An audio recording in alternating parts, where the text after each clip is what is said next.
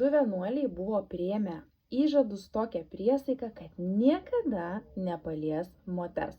Tačiau vieną dieną beeidami jie prie upės pamatė sužeistą moterį ir suprato, kad reikia ją pernešti per upę ir nunešti ten, kur jai suteiks pagalbą. Ir vyresnis vienuolis susimetė moterį ant pečių, pernešė ir atidavė į atitinkamas rankas.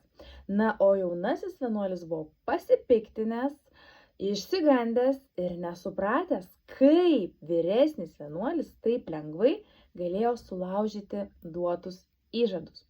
Ir vyresnis vienuolis jam atsakė: aš tą moterį palikau tenais, o tu vis dar ją nešiesi ant pečių.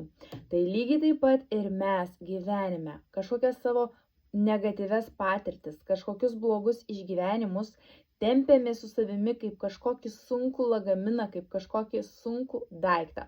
Ar nebūtų paprasčiau paleisti visas tas neigiamas patirtis, neigiamas emocijas ir pradėti gyventi naują gyvenimą?